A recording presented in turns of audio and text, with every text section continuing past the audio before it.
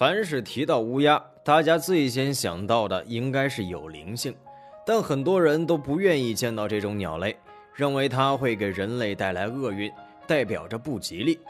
毕竟乌鸦是食腐类动物，经常在死亡的尸体旁看到它。另外还有人发现，乌鸦在看到同伴死亡时，还会自发地聚集起来，立在树枝上或是尸体旁，发出凄厉的叫声。再加上乌鸦一身黑色的羽毛，给人一种肃杀之感，好像是在开追悼会。事实真是如此吗？这里是万物灵，欢迎关注熊探长，带你探索有灵万物。乌鸦的叫声尖利刺耳，常常给人一种凄凉之感，好像是在为死去的同伴表达冤屈之情。乌鸦是一种群居性动物，经常成群结队觅食、筑巢、游荡，很少见到哪只乌鸦出现掉队的状况。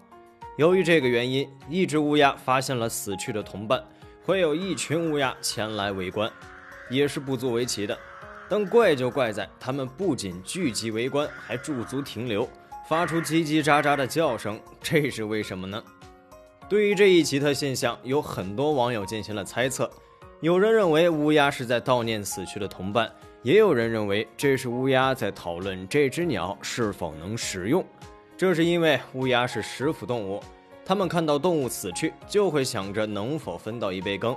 但由于这是自己的同伴，所以要先和自己的同伴商讨一下能否食用同类。虽然这种说法有些荒诞，但也给我们提供了一个不一样的思路。还有人认为这是乌鸦在告诫同伴，让他们铭记自己同类死去的惨状，以免下次和他一样陷入为难。那么究竟哪一种说法是最可靠的？对此，有研究人员做了相关实验，来说明乌鸦的聚会行为。华盛顿大学的一名博士 Swift 花费了2年时间，专门对乌鸦在看到同伴遭遇死亡时的表现进行研究。在实验中， Swift 设置了2组人员，让他们都戴上面具，一组志愿者手里拿着死去乌鸦的标本，另一组手里没有标本，然后在这些志愿者周围撒上乌鸦爱吃的食物，以吸引乌鸦来此觅食。在乌鸦觅食的过程中， Swift 发现一个有趣的现象，乌鸦在看到手持标本的志愿者时，会发出凄厉的叫声，并向同伴传递信号，同时对该组志愿者表现出很大的敌意。但对于手上没有乌鸦标本的志愿者而言，乌鸦的态度就截然不同，完全没有表现出敌意和攻击性。随后 Swift 让这2组志愿者6个月后再返回此地，这次2组志愿者手上都没有乌鸦标本。即便如此，乌鸦仍对6个月前手持过乌鸦标本的志愿者表现出很大的敌意。由此看来，乌鸦的记忆力的确很强。因此 Swift 推断，乌鸦在看到同伴死去时的聚集行为，似乎是在为同伴哀悼，实际上更可能是在传达一种信号，告知伙伴这里有危险，要警惕这个地方和手持乌鸦标本的人。因为他们认为拿标本的人就可能是杀害乌鸦的凶手，所以乌鸦聚集起来更可能是在开审判会，用以告诫别的乌鸦不要再重蹈前辈的覆辙。除了乌鸦会在同伴死后自发的聚集外，还有一些动物也有这样的行为，例如大象。有人曾在博兹瓦纳乔贝国家公园拍到了这样的一幕，当有一只大象倒在地上，周围会有一群大象自发地围绕着它，它们摇晃着耳朵，似乎想要为死去的大象进行降温。前边还有一只大象会用自己的象鼻抚摸着死去的大象，似乎是想以此寄托自己的哀思。实际上，无论是大象还是乌鸦，不管它们的聚集行为是为寄托哀思还是有别的目的，都反映出了动物是有灵性的，它们也有自己的情感，同类的逝去也会对它们造成影响。所以即使人类作为食物链的顶端，也不要对任何物种随意杀害，毕竟万物皆有灵。无论乌鸦是在开审判会还是哀悼会，都说明它们是很聪明的动物，这在很多现实场景中也能够看出来。例如，乌鸦借助石块砸开坚果，借助石头喝到瓶里的水，更有甚者还能辨别红绿灯。日本的大嘴乌鸦会在红灯时将坚果放到马路中间，等绿灯时飞回，然后等轿车帮助他将坚果碾碎后，再趁着红灯去啄食坚果。这么做既躲避了危险，又借助人类饱餐了一顿。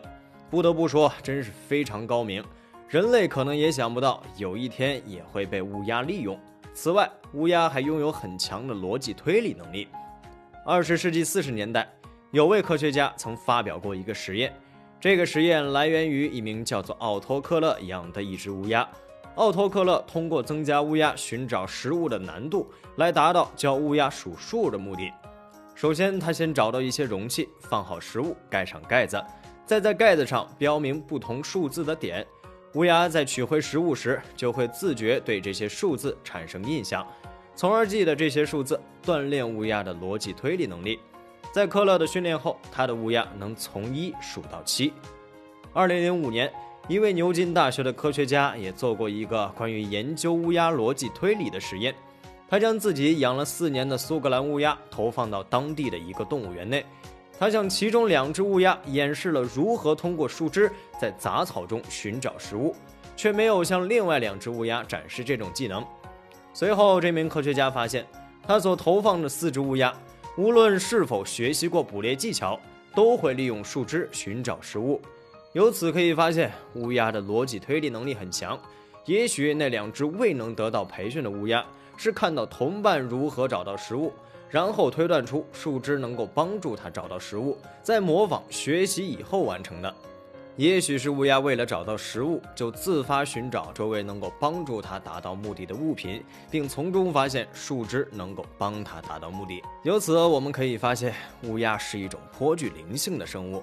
即使它在人心目中的形象不太美好，但也无法改变这一事实。在唐代以前，乌鸦在我国文化当中还是一种有着预言能力的吉祥鸟。在董仲舒的《春秋繁露》中就有关于它的记载，大意是说，在周朝快要崛起时，竟然看到有几只乌鸦盘桓在周武王的房顶上，因此武王认为是乌鸦给他带来的好运。还有一种说法认为乌鸦是孝鸟，有一个成语叫做乌鸦反哺，指的是小乌鸦在出生时，母乌鸦在哺育了它很长时间，反过来，当母乌鸦逐渐衰老，它也会以相同的手法来报答母乌鸦。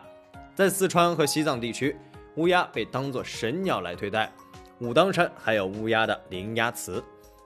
乌鸦的形象真正出现滑铁卢是在我国的唐代以后。有一句话叫做乌鸣地上无好音，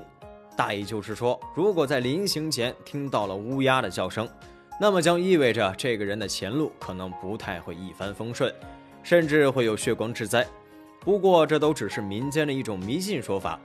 除此以外，民间还有一些关于乌鸦的成语，例如乌合之众、天下乌鸦一般黑等，都表现了人们在文化上对乌鸦的厌恶之情。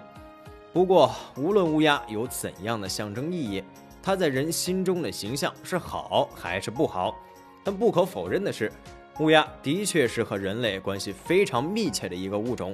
无论是有关乌鸦的成语，还是人类为它赋予的含义，或是它对人类生活的极强适应能力，都展现出这一点。虽然有时乌鸦会表现出很狡猾的天性，有时可能会给人类的生活带来一些不好的影响，但从另一方面来讲，乌鸦的食腐行为还能帮助自然界进行新陈代谢，改善人类生活环境。毕竟每一个物种的存在都有它存在的意义，人类并非大自然的主宰者，一定不要随意决定其他物种的生死。和其他物种和谐相处，共同守护地球家园，是每一个人义不容辞的责任。非常感谢您看完本期万物灵，欢迎点赞、评论、加关注。您的关注是熊探长探秘的最大动力。